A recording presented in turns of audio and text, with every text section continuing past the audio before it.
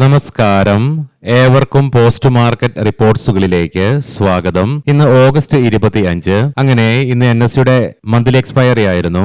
നിഫ്റ്റിക്ക് വെസ്റ്റേഷൻ പ്രശ്നങ്ങൾ ആരംഭിച്ചതിന് ശേഷം അഥവാ 6 മാസങ്ങൾക്ക് ശേഷം ഇതാദ്യമായിട്ട് 24,000 എന്ന സൈക്കോളജിക്കൽ ലെവലിന് മുകളിലായിട്ട് ഇന്ന് ക്ലോസിംഗും രേഖപ്പെടുത്തുവാനായി. മാത്രമല്ല 24,300 എന്ന ലെവലിന് മുകളിലുള്ള ക്ലോസിംഗിന്റെ ഫലമായിട്ട് നിഫ്റ്റിക്ക് വീണ്ടും അതിന്റെ ഷോർട്ട് ടൈം മൂവിംഗ് ആവറേജ് ആയ 20-day EMA തിരിച്ചു പിടിക്കുവാനുമായി. എന്തെല്ലാം കാരണങ്ങളാണ് ഇന്ന് ഇന്ത്യൻ മാർക്കറ്റിനെ നേട്ടത്തോടുകൂടി തന്നെ ട്രേഡിംഗ് അവസാനിപ്പിക്കുവാൻ സഹായിച്ചതെന്ന് വിശദമായി തന്നെ നമുക്ക് ഈ വീഡിയോയിൽ പരിശോധിക്കുകയും ചെയ്യാം. ലീഡിംഗ് ആയ എല്ലാ ഇൻഡസ്ട്രീസുകളിലും ഗ്യാപ് ഡൗൺ ഓപ്പണിംഗ് തന്നെയായിരുന്നു ലഭ്യമായിരുന്നതും പിന്നീട് മാർക്കറ്റിൽ അങ്ങ് കൺസോളിഡേഷൻ ആയിരുന്നു കാണുവാനായിട്ടും സാധിച്ചിരുന്നതെങ്കിൽ ഇന്നത്തെ മാർക്കറ്റിന്റെ അവസാന ഘട്ടത്തിലേക്ക് എത്തിയപ്പോൾ ഉച്ചതിരിഞ്ഞ് 3 മണിക്ക് ശേഷം മാർക്കറ്റ് നേട്ടത്തിലേക്ക് തിരിയുകയും പിന്നീട് CSA ക്ലോസിംഗിന്റെ ഭാഗമായിട്ട് ഏകദേശം 100-ലേറെ പോയിന്റുകളുടെ നേട്ടത്തോടുകൂടി തന്നെ ക്ലോസിംഗും രേഖപ്പെടുത്തുവാനായി. തുടർന്ന് 115 പോയിന്റുകളുടെ നേട്ടത്തോടുകൂടി നിഫ്റ്റിക്ക് ട്രേഡിംഗ് അവസാനിപ്പിക്കുവാനായപ്പോൾ സെൻസെക്സിന് 286 പോയിന്റുകളുടെയും അതേസമയം ബാങ്ക് നിഫ്റ്റിക്ക് ഫ്ലാറ്റ് ആയിട്ടാണെങ്കിലും നെഗറ്റീവ് സെന്റിമെന്റ്സോടുകൂടിയും ട്രേഡിംഗ് അവസാനിപ്പിക്കേണ്ടി വന്നപ്പോൾ ബോർഡർ മാർക്കറ്റ്സിൽ നിഫ്റ്റി സ്മോൾ ക്യാപ്പിന് ഫ്ലാറ്റ് ആയിട്ടാണെങ്കിലും സ്ലൈറ്റ്ലി നെഗറ്റീവ് സെന്റിമെന്റ്സോടുകൂടിയും അതേസമയം മിഡ് ക്യാപ്പിന് 1% നേട്ടത്തോടുകൂടിയും ട്രേഡിംഗ് അവസാനിപ്പിക്കുവാനും സാധിച്ചു.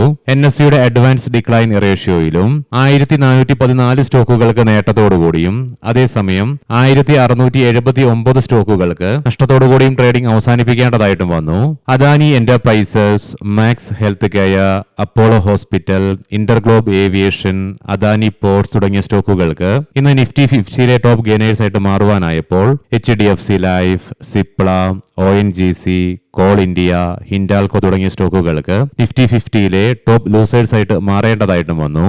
സെക്ടർ വൈസ് നോക്കുമ്പോൾ banks, finance, health care, IT, oil and gas, power, chemicals, telecom, infrastructure, reality തുടങ്ങിയ മേഖലകൾക്ക് ഇന്ന് നേട്ടത്തോടുകൂടി ട്രേഡിംഗ് അവസാനിപ്പിക്കുവാനായപ്പോൾ automobiles, metal and mining, capital goods, FMCG തുടങ്ങിയ മേഖലകൾക്ക് ഇന്ന് നഷ്ടത്തോടുകൂടിയും ട്രേഡിംഗ് അവസാനിപ്പിക്കേണ്ടതായിട്ടും വന്നു. എണ്ണയുടെ വിലയിലുണ്ടായ ഗണ്യമായ ഇടിവിന്റെ ഫലമായിട്ട് ഇന്ന് കുറച്ചേറെ ട്രേഡിംഗ് സെഷനുകൾക്ക് ശേഷം ഇന്ത്യൻ രൂപയ്ക്ക് US ഡോളറിനെതിരെ നേട്ടത്തോടുകൂടി അഥവാ ഇന്നലത്തെ ക്ലോസിംഗ് ലെവലിൽ നിന്നും 27 പൈസയുടെ നേട്ടത്തോടുകൂടി തന്നെ ട്രേഡിംഗ് അവസാനിപ്പിക്കുവാനും സാധിച്ചു.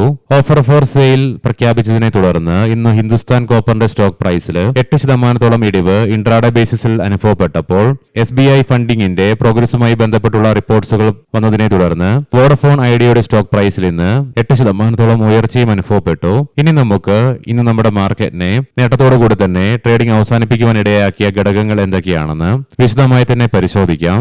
ഇന്നലെ നമ്മുടെ മാർക്കറ്റ് അടയ്ക്കുന്ന സമയത്ത് US ഇറാന് മുകളിൽ അതിശക്തമായിട്ടുള്ള സാമ്പത്തിക ഉപരോധം ഏർപ്പെടുത്തുമെന്നുള്ള സൂചനകൾ വന്നെങ്കിലും അത് ഇന്നലെ രാത്രിയിൽ പ്രാവർത്തികമാകുമോ ഇല്ലയോ എന്നുള്ള കാര്യത്തില് വളരെ അനിശ്ചിതത്വം നിലനിന്നിരുന്നു. കാരണം എപ്പോഴൊക്കെ ഇറാനുമായി ബന്ധപ്പെട്ടുള്ള നടപടികൾ വരുന്നുവോ അപ്പോഴൊക്കെ USന്റെ ഭാഗത്ത് നിന്നും പെട്ടെന്നുള്ള യൂടേണുകൾ പല ഘട്ടങ്ങളിലും ഗ്ലോബൽ മാർക്കറ്റ് സാക്ഷ്യം വഹിച്ചിട്ടുമുണ്ട്. ആയതിനാൽ തന്നെ ഇറാനെതിരെ US സാമ്പത്തിക ഉപരോധം ശക്തമാക്കിയെങ്കിൽ കൂടിയിട്ടും ഗ്ലോബൽ മാർക്കറ്റിന് ആശ്വാസമായി മാറിയത് ശക്തമായ ഒരു യുദ്ധത്തിൽ നിന്നും US പിന്മാറിക്കൊണ്ട് സാമ്പത്തികമായിട്ടുള്ള ഉപരോധം ഏർപ്പെടുത്തിയതിനെ തുടർന്ന് വലിയൊരു ഭീഷണി തന്നെ യുദ്ധവുമായി ബന്ധപ്പെട്ടുകൊണ്ട് ലോകത്തിൽ നിന്നും മാറിപ്പോവുക തന്നെ ചെയ്തു.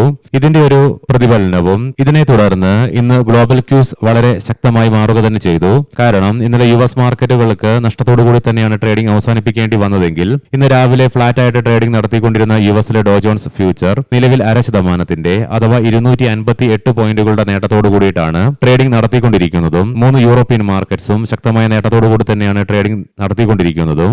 ഏഷ്യൻ മാർക്കറ്റ്സിലും ഇന്ന് ശക്തമായ പോസിറ്റിവിറ്റി അനുഭവപ്പെട്ടു. ആകെ ഹോങ്കോങ്, ഇന്തോനേഷ്യൻ മാർക്കറ്റുകൾക്ക് മാത്രമേ നഷ്ടത്തോടുകൂടി തന്നെ ട്രേഡിംഗ് അവസാനിപ്പിക്കേണ്ടതായിട്ട് വന്നുള്ളൂ. ബാക്കി എല്ലാ ഏഷ്യൻ മാർക്കറ്റ്സിനും ശക്തമായ നേട്ടവും കൈവരിക്കുവാൻ സാധിച്ചതിന്റെ ഫലമായിട്ട് ഇന്ന് ഗ്ലോബൽ ക്യൂസ് ശക്തമായി തുടർന്നതും തുടർച്ചയായി 2 ട്രേഡിംഗ് സെഷനുകളിലെ സെല്ലിംഗിന് ശേഷം ഈ ആഴ്ച ആദ്യമായി വീണ്ടും വിദേശ ധനകാര്യ സ്ഥാപനങ്ങളുടെ ഭാഗത്ത് നിന്നും ഇന്നലെ ഇന്ത്യൻ ക്യാഷ് മാർക്കറ്റിലേക്ക് ബൈയിങ് വന്നതും ഇന്ന് മാർക്കറ്റില് വോൾട്ടാലിറ്റി അനുഭവപ്പെട്ടെങ്കിൽ കൂടിയിട്ടും ഏകദേശം 4% ഇടിവോടുകൂടി 11.07 എന്ന നിലയിലേക്ക് ഇന്ത്യ വിക്സിന് എത്തിച്ചേരാനായതും നമ്മുടെ മാർക്കറ്റിന് ഗുണം ചെയ്തപ്പോൾ വെസ്റ്റ് ഏഷ്യയുമായി ബന്ധപ്പെട്ടുകൊണ്ടുള്ള യുദ്ധത്തിന് താൽക്കാലികമായിട്ടുള്ള വിരാമം ഇട്ടുകൊണ്ട് സാമ്പത്തിക ഉപരോധം വന്നതിനെ തുടർന്ന് ഇന്ന് ഇന്ത്യൻ മാർക്കറ്റിലും പല ക്വാളിറ്റി സെക്ടേഴ്സിലും സ്റ്റോക്കുകളിലും വാല്യൂ ബൈയിങ്ങും പ്രകടമായിരുന്നു. ഇതിനെല്ലാം പുറമെ രാവിലെ നമ്മൾ കണ്ടിരുന്ന പോലെ തന്നെ ഇന്ന് NSEയുമായി ബന്ധപ്പെട്ടുള്ള എല്ലാ ഇൻഡസ്ട്രീസുകളുടെയും മന്ത്ലി എക്സ്പയറി ആയിരുന്നു. ആയതിനാൽ നിഫ്റ്റിയുടെ മന്ത്ലി എക്സ്പയറോട് അനുബന്ധിച്ച് ട്രേഡേഴ്സിന്റെ ഭാഗത്ത് നിന്ന് വന്നിട്ടുള്ള പൊസിഷനുകളുടെ സ്ക്വയർ ഓഫും റോൾ ഓവർ മൂലം അനുഭവപ്പെട്ട വോൾട്ടാലിറ്റിയും ഇന്ത്യൻ മാർക്കറ്റിനെ ഇന്ന് പിന്തുണയ്ക്കുകയും ചെയ്തു. കൊമോഡിറ്റിയിലേക്ക് വന്നു കഴിയുമ്പോൾ മുൻപ് നമ്മൾ കണ്ട പോലെ തന്നെ വെസ്റ്റ് ഏഷ്യയുമായി ബന്ധപ്പെട്ടുകൊണ്ട് സാമ്പത്തിക വിരോധം ഏർപ്പെടുത്തിയെങ്കിൽ കൂടിയിട്ടും യുദ്ധം എന്ന ഭീതി ഒഴിഞ്ഞുപോയതിനെ തുടർന്ന് എണ്ണയുടെ വിലയിൽ ഇന്ന് ശക്തമായ ഇടിവാണ് അനുഭവപ്പെടുന്നതും. ബ്രന്റ് ക്രൂഡിന്റെ വിലയിൽ 3%-ലേറെയും ക്രൂഡ് ഓയിലിന്റെ വിലയിൽ 3%-അടുത്തും ഇടിവ് അനുഭവപ്പെടുമ്പോൾ ഗോൾഡിന്റെ വിലയിലും 0.5%-ലേറെ ഇടിവ് അനുഭവപ്പെടുന്നുണ്ട്. ബ്രന്റ് ക്രൂഡിന്റെ വില $89.46 ക്രൂഡ് ഓയിലിന്റെ വില $82.57 per ബാരൽ എന്ന നിലയിലുമായിട്ടാണ് ട്രേഡിംഗ് നടത്തിക്കൊണ്ടിരിക്കുന്നതും. ഗോൾഡിന്റെ വില $4635.41 per ഔൺസ് എന്ന നിലയിലായിട്ടാണ് ട്രേഡിംഗ് നടത്തിക്കൊണ്ടിരിക്കുന്നതും. ഇനി നമുക്ക് ഇന്നത്തെ പ്രധാനപ്പെട്ട സ്റ്റോക്കിംഗ് ന്യൂസുകൾ പരിശോധിക്കാം. മുൻകൂട്ടി ഓർമ്മിപ്പിച്ചുകൊള്ളട്ടെ, ഇത് ഒരു ബൈ ഓർ സെൽ റെക്കമെൻഡേഷൻ അല്ല. ഫെഡറൽ ബാങ്ക് ജന സ്മോൾ ഫൈനാൻസ് ബാങ്കില് നിയന്ത്രണാധികാരമുള്ള ഓഹരി പങ്കാളിത്തം സ്വന്തമാക്കുവാനായിട്ട് ഫെഡറൽ ബാങ്ക് ഒരുങ്ങുന്നു എന്നുള്ള റിപ്പോർട്ട്സ് വരുന്നുണ്ട്. അന്യൂ പ്രോജക്ട്സ് IPO ഇന്ന് മുതൽ സബ്സ്ക്രിപ്ഷന് വേണ്ടിയിട്ട് ഓപ്പൺ ആയിട്ടുണ്ട്. 28-ാം തീയതി ആണ് വിൻഡോ ക്ലോസ് ആവുക. സെപ്റ്റംബർ 2-ന് NSEയിലും BSEയിലും സ്റ്റോക്ക് ലിസ്റ്റ് ചെയ്യപ്പെടുമെന്നാണ് ഷെഡ്യൂളുകൾ പ്രകാരം കാണുവാനായിട്ടും സാധിക്കുക. 94 രൂപയ്ക്കും 99 രൂപ പെർ ഷെയർ എന്ന നിലയിലുമായിട്ടാണ് പ്രൈസ് ബാൻഡ് ഫിക്സ് ചെയ്തിരിക്കുന്നതും. ഷാൻകേഷ് ജുവല്ലേഴ്സ് സ്റ്റോക്ക് ഇന്ന് NSEയില് മെയിൻ പ്ലാറ്റ്ഫോമിലേക്ക് IPO പ്രൈസിൽ നിന്നും 11% പ്രീമിയത്തിലെ നേട്ടത്തോടുകൂടി ലിസ്റ്റ് ചെയ്യപ്പെട്ടു. സൺഷൈൻ പിക്ചേഴ്സ് NSE മെയിൻ പ്ലാറ്റ്ഫോമിലേക്ക് സ്റ്റോക്ക് ഇന്ന് IPO പ്രൈസിൽ നിന്നും 10% പ്രീമിയത്തിന്റെ നേട്ടത്തോടുകൂടി ലിസ്റ്റ് ചെയ്യപ്പെട്ടു. PVR ഐനോക്സ് കമ്പനിയുടെ ചരിത്രത്തിലെ ആദ്യത്തെ ഷെയർ ബൈബാക്കിനെ കുറിച്ചുള്ള തീരുമാനങ്ങൾ എടുക്കുവാൻ വേണ്ടി ഓഗസ്റ്റ് 31-ന് കമ്പനിയുടെ ബോർഡ് മീറ്റിംഗ് ചേരും. യൂണിയൻ ബാങ്ക് ഓഫ് ഇന്ത്യ 12 വർഷത്തിലധികമായുള്ള ഇടവേളയ്ക്ക് ശേഷം ബാങ്ക് അതിന്റെ ദുബായ് ശാഖ വഴി $ഡോളർ അധിഷ്ഠിത ബോണ്ടുകൾ പൊതുവിപണിയിൽ ഇറക്കുന്നതിനായിട്ട് $600 മില്യൺ മൂല്യമുള്ള ബിഡുകൾ ബാങ്ക് സ്വീകരിച്ചു എന്നുള്ള റിപ്പോർട്ട്സ് വരുന്നുണ്ട്. GPT ഇൻഫ്രാ പ്രോജക്ട്സ് കമ്പനിയുടെ അനുബന്ധ സ്ഥാപനമായ ആൽക്കോൺ ബിൽഡേഴ്സ് ആൻഡ് എഞ്ചിനീയേഴ്സിന് ഗുവാഹത്തിയിലെ മാലിഗാവിലുള്ള നോർത്ത് ഈസ്റ്റ് റെയിൽവേയിൽ നിന്ന് 97.31 കോടി രൂപയുടെ റെയിൽവേ സിഗ്നലിംഗ് പദ്ധതിക്കുള്ള കരാർ ലഭിച്ചു. നാറ്റ്കോ ഫാർമ കമ്പനിയുടെ അനുബന്ധ സ്ഥാപനങ്ങൾ വഴി ജനസിസിൽ $14 മില്യൺ നിക്ഷേപിക്കുന്നു എന്നുള്ള റിപ്പോർട്ട്സ് വരുന്നുണ്ട്. ഇന്ത്യ ബുൾസ് ഒരു റെസിഡൻഷ്യൽ പ്രോജക്റ്റിനായിട്ട് സ്വകാര്യ ഭൂ ഉടമയുമായിട്ട് കമ്പനി കരാറിൽ ഏർപ്പെട്ടു.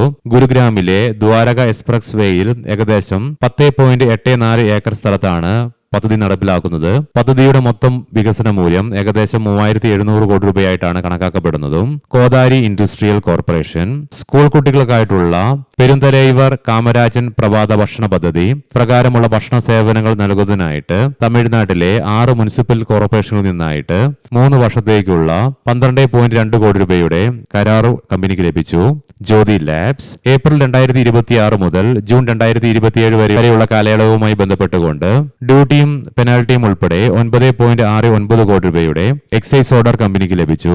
സിയറ്റ് ലാഭവിഹിതം മെച്ചപ്പെടുത്തുന്നതിനായിട്ട് 11.5% വരെ വില വർദ്ധിപ്പിക്കുമെന്ന് കമ്പനി ഇന്ന് പ്രഖ്യാപനം നടത്തി.